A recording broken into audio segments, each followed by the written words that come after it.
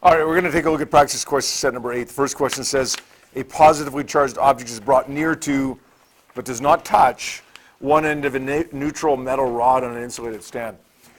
You could assume in a question that says it's brought near to, but does not touch, that the electrons aren't jumping or arcing from one to the other. We don't know that for sure, okay, but that's what they mean in one of these questions, okay? If they arced, there would be some kind of indication to tell us that they were jumping or arcing. In that case, that would be conduction, right?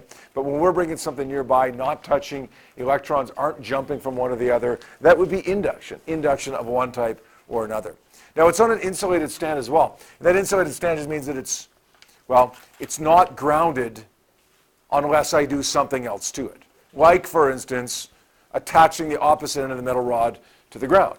Okay, so it does end up being grounded. The reason they tell me that it's an insulated stand, though, is because you can see that I then proceed to remove the ground wire. Okay, what they want us to know here is that once I remove the ground wire, it is on that insulated stand, and it's no longer grounded once I take away that ground wire. So what's going to happen here? I'll tell you, the best way to solve a question like this is to draw pictures. Okay, don't try to remember what's going to happen. Okay, draw pictures and figure out what's going to happen. Because the reality is, and you're going to see this especially in question number 2 here, things become a little bit different, right? You see a question that's new, that's novel, that's not exactly the same as the way we describe something in class. The principles are the same, but the exact scenario becomes a little bit different. So draw the picture, figure it out. We have a positively charged object right here. We have a neutral metal rod right here. We'll draw an equal number of positives and negatives. It doesn't matter how many. We're also going to ground this on the opposite end. Does it matter where I draw the ground? Not at all. Okay, top, bottom, left, right, doesn't really matter. Okay, if it's easier for you to visualize when it's on the opposite end, and I think sometimes it actually is, then draw it on the opposite end, whether they tell you where it is or not. Even if they tell you what's on this end, it doesn't really matter. You could easily draw it on this end and get the same result. So what's going to happen here? Well, when I put this positive nearby there, this neutral object, the protons aren't going to do anything. Okay? They want to be repelled, but they end up not being pushed away because they can't go anywhere. But rather, electrons, negatives, are going to do something. But what are they going to do? Where are they going to go? Well, let's pretend for a second that this isn't there. If that's not there, what's going to happen to the electrons? Sorry? Yeah, nothing's going to happen to them, right? They're going to stay where they are. There's no reason right now for electrons or protons, either one of them, to do anything. So it must be that positively charged object that's causing the electrons to move. Well, a positive is going to do what to negative? Push them away or pull them up? Okay, repel them or attract them, Regan? You're going to pull them up. It's going to attract them, right? So you're going to get negatives pulled up. Forget about this for a second, right? Pretend that's not there for a second. Okay, electrons from the ground are attracted to the positively charged rod. So they're going to be pulled up like this, and that's going to put a bunch of extra electrons on there. That's going to make this negatively charged. Now it says I take away the ground. Okay, ground is gone, and now I take away the positively charged object, and what are we left with right there? A positively charged metal rod. Right? The answer for this is going to be, a negatively charged metal rod, because it sucked the negatives up, right? The answer is going to be D. They're going to have a net negative charge. Right? Make sense? Okay, more than, D's the answer. All right, good. Okay, more than that, know why. Like, every step along the way. Why does it not matter where the grounding wire is? Why do the electrons get pulled up as opposed to pushed down? Okay? Don't just remember that they get pulled up when a positive object is brought nearby. Why do they get pulled up? Well, because negative is attracted to positive. They get pulled up because they're attracted to it as opposed to repelled. Yep. So it doesn't matter where it's grounded? No, it doesn't make any difference where it's grounded. Okay, we get the same effect. Yep. What if the ground wire is like around the positive object? Like, are the electrons in the ground being attracted to the positive object? What if the... Like, say the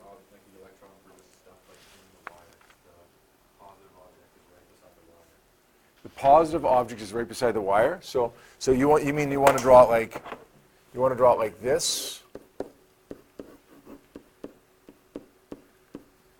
with a ground wire right here. Yeah. Okay. Same thing. Okay. It's going to end up being the same thing.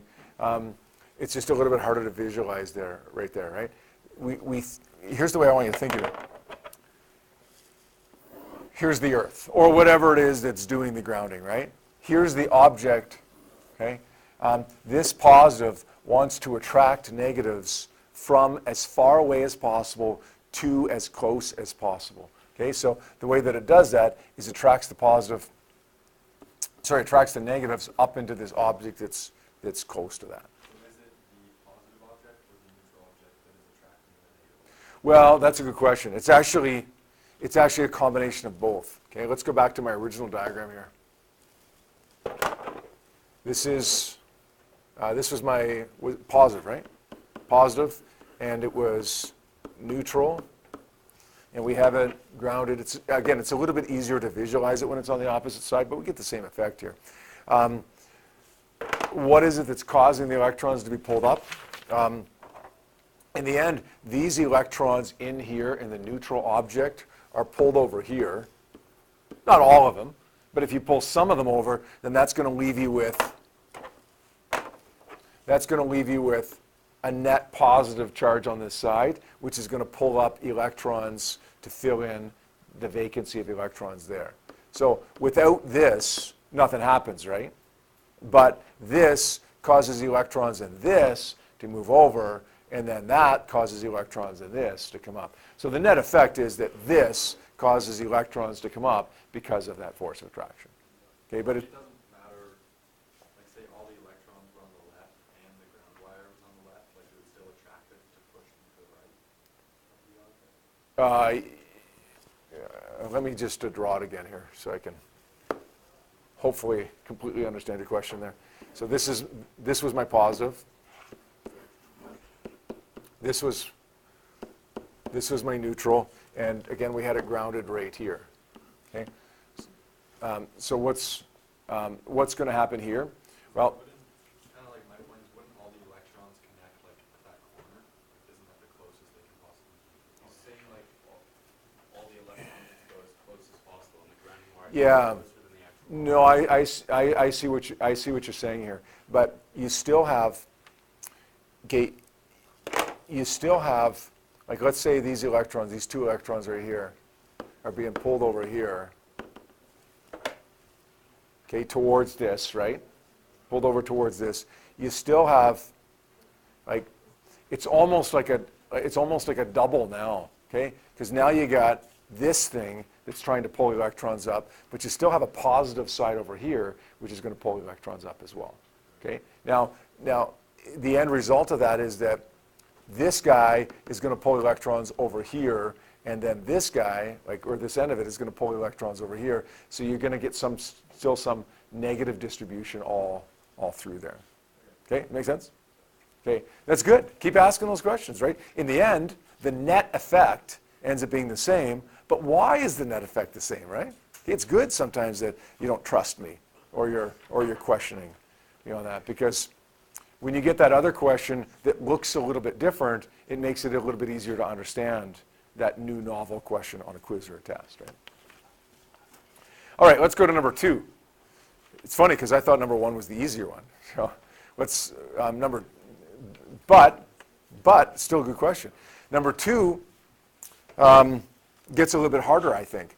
Here we have 2 electroscopes that are identical. Identical electroscopes, electroscope 1 and electroscope 2. Student touches electroscope 1 with a neutral metal rod. Student touches electroscope 2 with a neutral glass rod. Isn't this the same scenario here? What's different about it? There's one subtle difference about this. Yeah? What is it, Holly? Good. Neutral metal rod is a conductor. Neutral glass rod is an insulator. So what's the big difference there between a conductor and an insulator? The electrons can flow more freely in a conductor. Yeah, the electrons will flow a lot more freely in a conductor than they will the insulator. Now, insulators we know will conduct somewhat, okay, but if they're saying this is a neutral glass rod, clearly they're meaning here that we don't want electrons to be flowing. Okay, it's glass, electrons aren't flowing. Okay, and in metal, electrons will flow. Let's take a look at the question now. It says, which of the following diagrams best shows the leaves of the electroscope after the electroscopes are touched with the rods? Well, let's look at the second one first, the insulator first, because I think that's the easier one to deal with here. With the insulator, the electrons aren't going to transfer. The leaves are just going to stay where they were, right? They're not going to go anywhere. So that means the answer's either got to be B or D.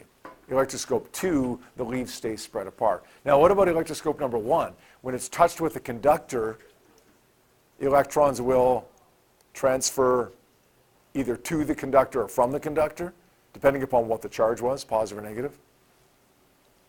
So what's going to happen to the leaves?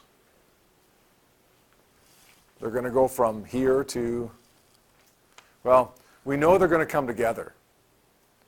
We don't actually know whether they're going to completely come together or not. But they might not. They might go part way together. What we do know for sure is they're not going to stay where they were. Make sense? So I look at this, and I would rather have, an answer between B and D that had the leaves kind of part way together. But in the end, B is our answer. Even though we don't know for sure the leaves will come together, they could come together. We do know for sure the leaves don't stay as far apart as they were because it was touched with the conductor. Does that make sense?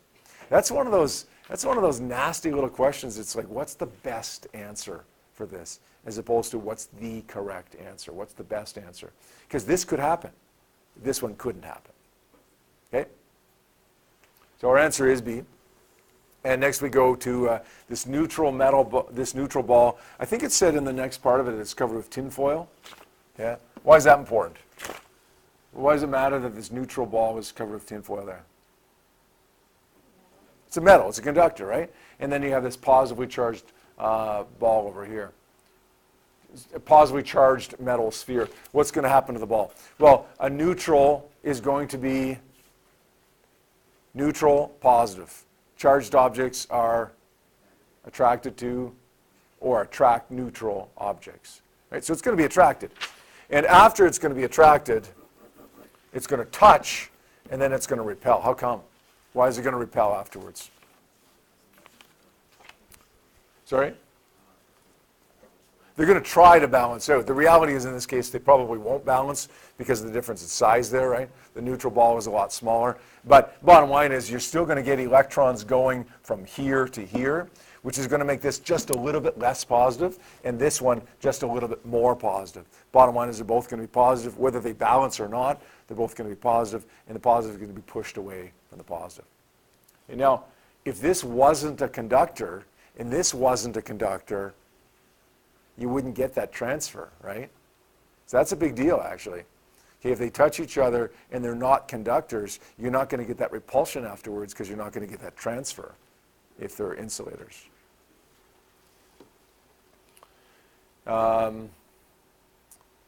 Which we see here, actually, in this one when we answer the question. Crop dusting planes release pesticide through electrostatic spray nozzles in order to minimize pesticide waste. This seems a lot like that painting that we talked about yesterday. The center of each nozzle contains a needle with a positive charge. You can see that there. The presence of the charged needle causes the droplets passing through the opening to become charged. Those little droplets of pesticide are going to become what? Negative or positive?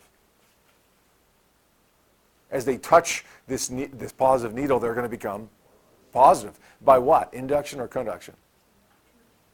What is it?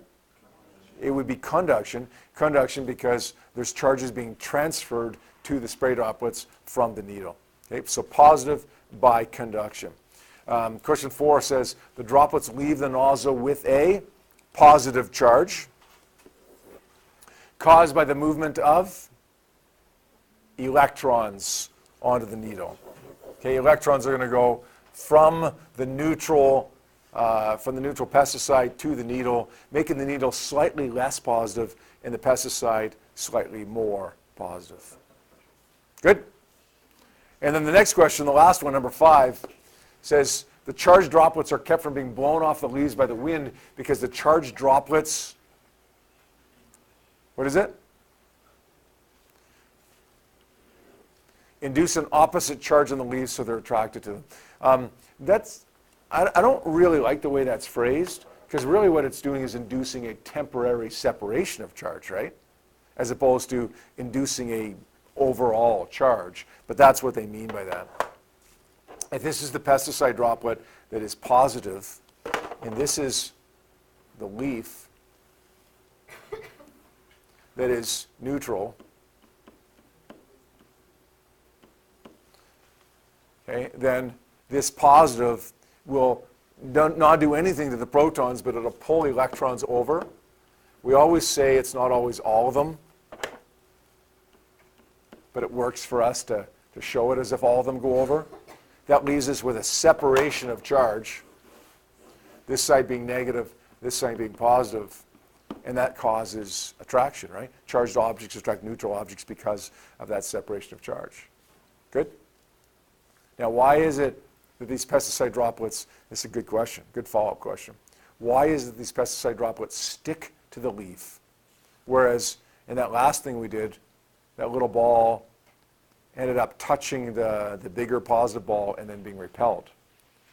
Okay, so last question, neutral touches positive and then it repels. In this question, positive touches neutral and they just stick together. Why won't they be repelled? Sorry? No.